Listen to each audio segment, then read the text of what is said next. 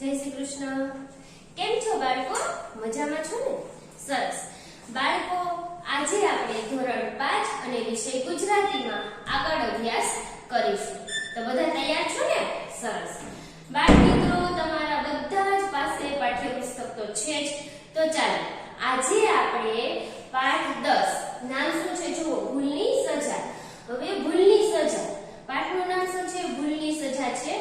હવે આપણે કોઈ પણ કાઈ ભૂલ કરી હોય તો એની સજા તો આપણને મળે ને. હા, તો આ પાઠ પણ એવો જ કંઈક છે. એના લેખક છે પ્રકાશ લાલ અને પાઠનો પ્રકાર શું છે જુઓ, નાટિકા. એટલે કે આપણે તમે બધાએ નાટક જોયા હશે ને કે નથી જોયા? જોયા છે ને? સરસ. તો આનો પ્રકાર છે નાટિકા. એટલે કે બે વ્યક્તિઓ કે ત્રણ વ્યક્તિઓ, આમાં આપણને સંવાદ બતાવેલો છે સરસ મજાનો. અને કેના ઉપર છે એ આપણે પાઠ સમજીશું તો તમને સરસ ખ્યાલ આવી જશે. બાળ મિત્રો, આપણે પહેલા જોઈએ શબ્દ સમજૂતી. થોડા શબ્દો જોઈ લઈએ કે જે આપણને પાઠમાં આવશે તો ત્યારે આપણને શબ્દો સમજવામાં સરળતા રહે. તો ચાલો શબ્દ સમજૂતી. એમાં પહેલા જોઈએ પરવડવું એટલે કે પોષાવું. પછી છે પરિશ્રમ પ્રિય એટલે શું? મહેનત. પરિશ્રમ પ્રિય એટલે કે છે મહેનત. પછી છે નિસંકોચ. નિસંકોચ એટલે કે સંકોચ રાખ્યા વિના. આપણે કોઈ પણ વાત કેવી હોય, કોઈને રજૂઆત કરવી હોય તો એક પણ પ્રકારનો સંકોચ રાખતા નથી. સરળતાથી એ પોતાની વાત છે એ સામે રાખી દે છે. પછી છે ગર્વ એટલે કે અભિમાન. કે આપણને ઘણીવાર કોઈ વસ્તુનો બહુ ગર્વ થઈ જાય છે, થાય છે ને અભિમાન. એ પણ ક્યારેક એવું હોય કે અભિમાન છે ક્યારેક ઘમંડના રૂપમાં પણ આવી જાય. આપણે એવું હોય નહીં પણ એની પર બહુ આપણે દેખાડો કરતા હોય. એવું નથી લેવાનું આપણે અહીંયા. પણ ગર્વ એટલે શા માટે અહીંયા યુઝ થાય છે ને આપણે પાઠમાં જોઈશું. ગર્વ એટલે અભિમાન. પછી છે જિજ્ઞાસુ એટલે જાણવાની ઈચ્છા વાળું. આપણે ક્યારેક એમ કીધું હોય ક્લાસરૂમમાં મેડમે, ચાલો આપણે કંઈક કાલે નવીન કરવાના છે, કંઈક નવું શીખીશું. તો તમને બધાને શું હોય? પૂછો, મેડમ શું કરવાનું છે? જલ્દી કહો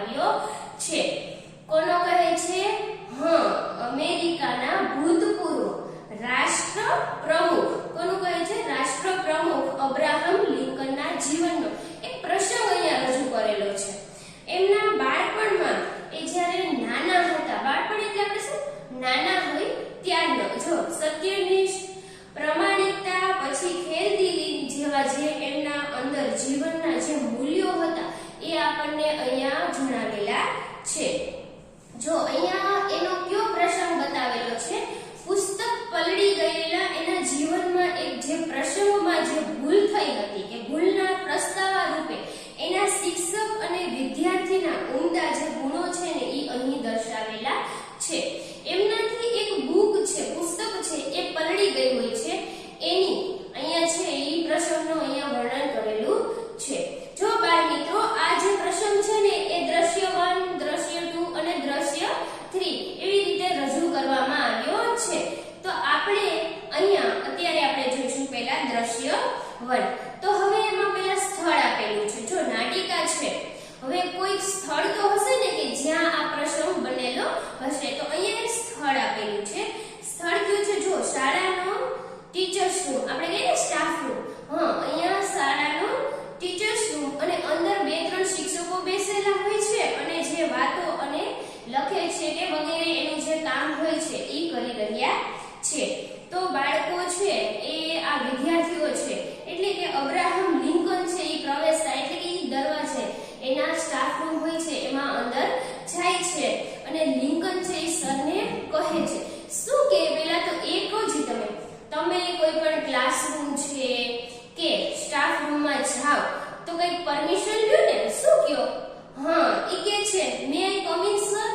એ પૂછે છે કે સર હું અંદર આવી જાઉં? તમે પણ પૂછો છો ને? હા, એવી જ રીતે એ પણ પૂછે છે. પછી અંદરથી સર એને જવાબ, શિક્ષક એને જવાબ આપે છે યસ અને ઊંચું જોવે છે કે હા આવી જાઉં. પછી જોવે ને કે કોણ આવ્યું છે.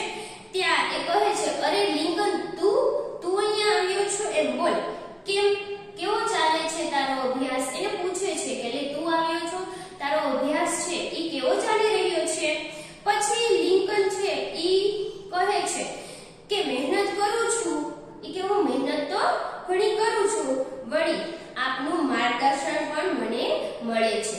જો તમે ગમે એવું અભ્યાસ કરતા હોય, તમને જ્યારે જરૂર પડે તો શિક્ષક છે ઈ તમને મદદ કરે છે. કોઈ પણ ક્વેશ્ચન કરો તો તમને આન્સર છે ઈ મળે છે ને. અને ક્યારેક તમે જો કંઈ વ્યવસ્થિત ના કર્યું હોય કે તમને ખ્યાલ ના આવતો હોય અને શિક્ષકને ખબર પડે તો ઈ તમને માર્ગદર્શન આપે છે ને. તો અહીંયા પણ ઈ લિંકન પણ એવું જ કહે છે. પછી એના જે શિક્ષક છે ઈ કહે છે વેરી ગુડ, ખૂબ સરસ. કે મેં સાંભળ્યું છે કે ભણવાની સાથે સાથે તું નોકરી પણ કરે છે. જો બાળ મિત્રો, અહીંયા તમે સાંભળ્યું ને, શું કહે છે? તું ભણવાની સાથે સાથે નોકરી, જોબ પણ, કામ પણ કરે છે. આપણે તો ઘણા બધા લકી છીએ કે આપણે ભણીએ છીએ તો સાથે કાંઈ આપણે બીજું કાંઈ કામ બહાર જઈને કામ કરવું પડતું નથી. કેમ કે આપણું ઘર એટલું સક્ષમ છે કે આપણે ખાલી ભણવામાં ફોકસ કરી શકીએ, કે ભણવામાં ધ્યાન આપીને આપણે આગળ ફ્યુચરમાં કંઈ કરવું હોય તો એના માટે વધુ મહેનત કરવી જોઈએ ને. તમે તો ઘણા બધા લકી છો.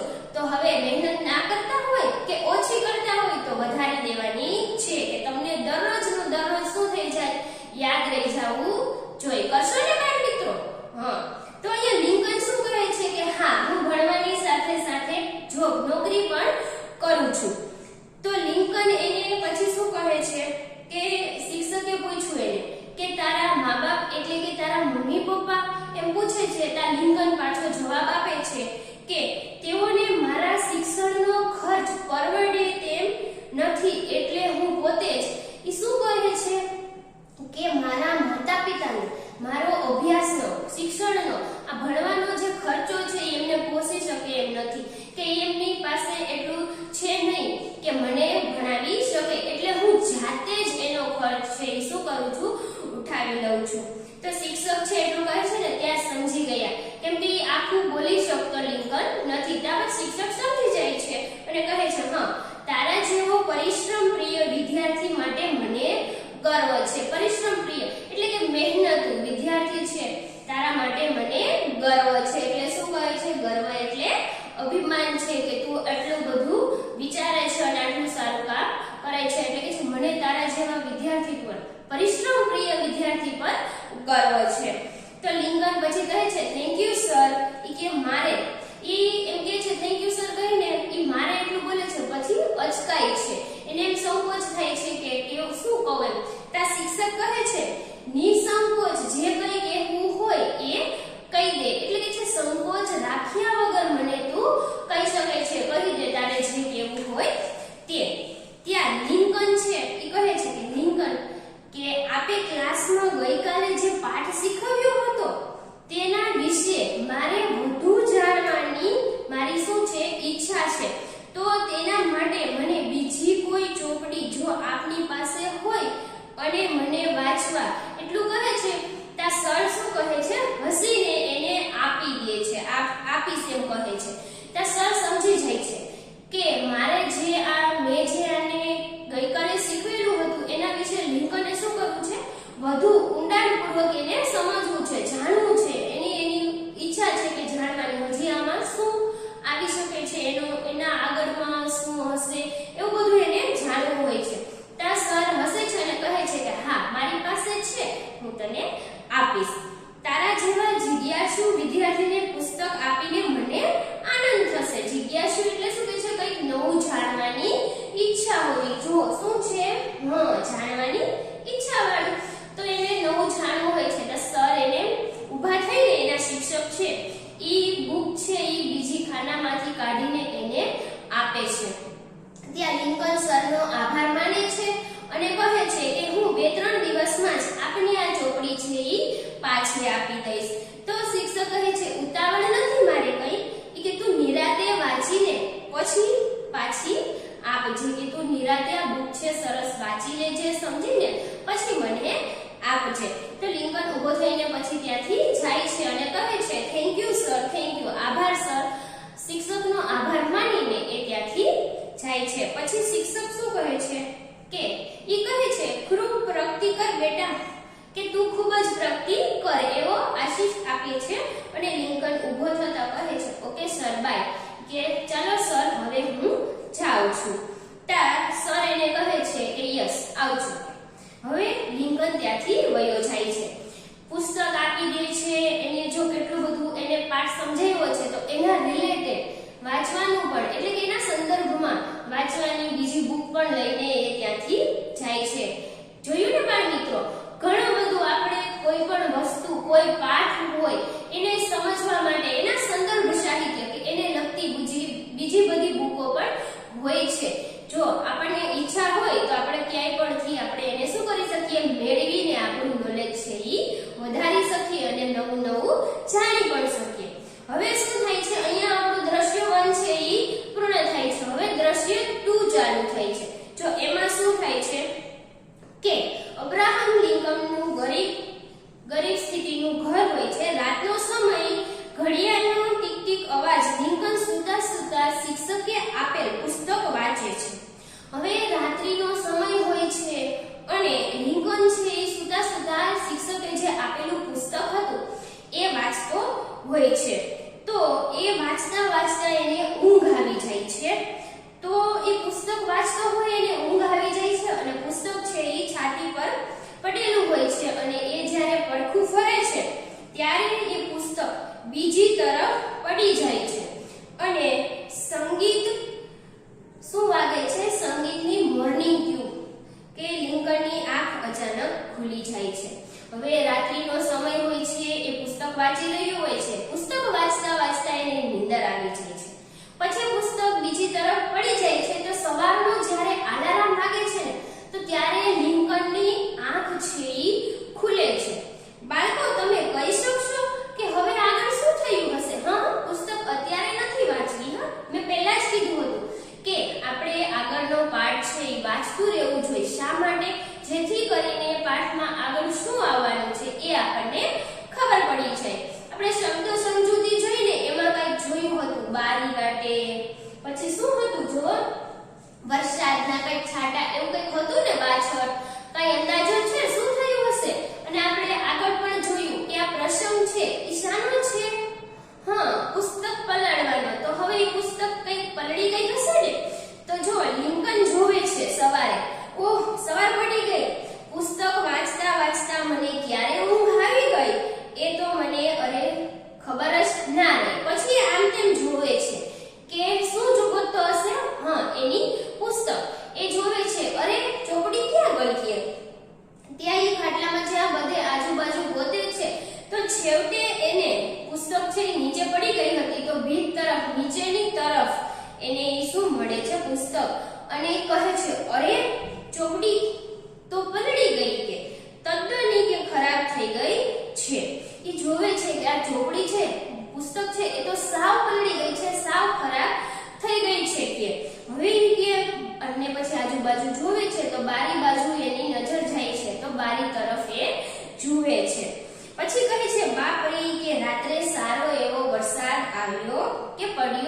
લાગે છે. પછી એને એમ વિચાર આવે છે કે એ કહે છે કે રાત્રે ખૂબ જ એવો શું આવ્યો હશે, વરસાદ આવ્યો હશે અને અહીંથી કે બારી ખુલ્લી હોય છે તો કે છે અહીંથી બારીથી કે વાછળ આવવાને લીધે જ પુસ્તક પલળી ગયું છે. પુસ્તક આમ તેમ જુએ છે અને કહે છે ઓહ, હવે સરને હું શું જવાબ આપીશ, અને રૂમમાં આટા મારે છે. પછી પ્રતિકારક આત્મસંઘર્ષ એટલે કે જો પુસ્તક છે એ સાવ પલળી ગયું છે અને પુસ્તક કોનું હતું, એમના સરનું.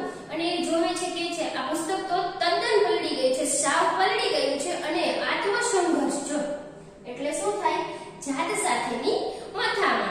એટલે એ પોતાની જાત સાથે જ એ બધી મથામણ કરે છે કે હવે હું સરને શું કહીશ, કે શું જવાબ આપીશ, અને મારી પાસે તો એટલા પૈસા પણ નથી કે નવી ચોપડી ખરીદીને સાહેબને પાછી આપી શકું.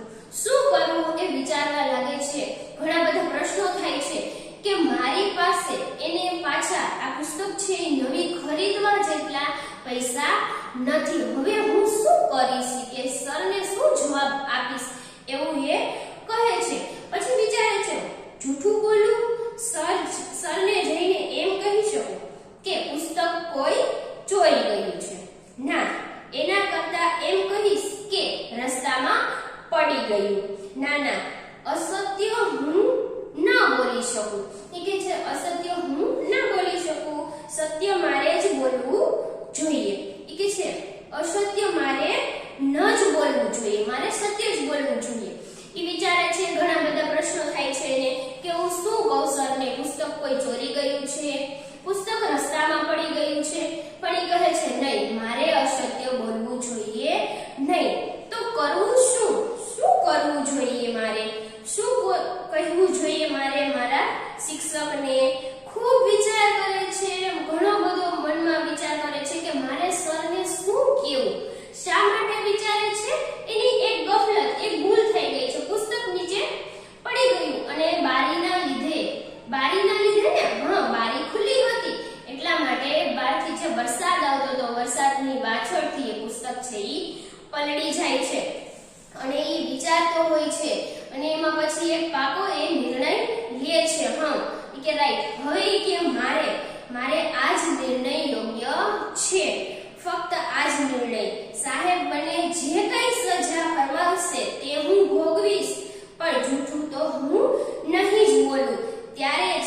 અત્યારે જ સાહેબ પાસે હું જઈશ અને હું એમને સાચી વાત કહીશ. સાચા અને મક્કમ નિર્ણયનો સંતોષ તે સાથે જ ફેટાવ. કે સાચો જ વિચારી લે છે કે હું હવે સાચું જ કહી દઈશ અને અત્યારે સર પાસે જઈશ. જો બાળકો, આપણે શબ્દ સમજૂતી પણ સમજી ગયા અને આપણે દ્રશ્ય 1 અને 2 પણ અહીંયા સમજ્યા. હવે એને શું કીધું, સર જે સજા ફરમાવશે એ હું ભોગવી લઈશ અને હું સરને બધું જ સાચું કહી દઈશ. તો બાળકો, હવે લિંકન છે એટલે કે અબ્રાહમ લિંકન એ સરને જઈને સાચું કહી દેશે. હવે સર એને શું સજા ફરમાવશે, શું કહેશે એ આપણે જોવાનું છે ને. પણ અત્યારે નહીં, ક્યારે જોઈશું આપણે, ફરી મળીશું ત્યારે. તો હવે તમારે આ પાઠ સરસ મજાનો વાંચવાનો છે. જો તમારે અગાઉ જાણવું હોય કે સર છે, એના શિક્ષક છે, એને શું સજા કરશે કે નહીં કરે, કે શું કહેશે, ખીજાશે, બાર બેસાડશે, શું કરશે, આપણે એ જાણવું છે ને. તો એના માટે આપણે શું સમજવું પડશે, દ્રશ્ય 3. પણ એ આપણે પાછા મળીએ ત્યારે. તો ત્યાં સુધી વ્યવસ્થિત આ શબ્દ સમજૂતી જો આપણે આજે જે સમજ્યા છીએ એ સરસ મજાની તમારે લખીને યાદ રાખવાની છે. એટલે કે લખવાની પણ છે અને પાકી પણ કરવાની છે. કરશો ને એટલે શબ્દો તમને યાદ રહી જાય. તો ચાલો આપણે પાછા મળીએ, ત્યાં સુધી બધાને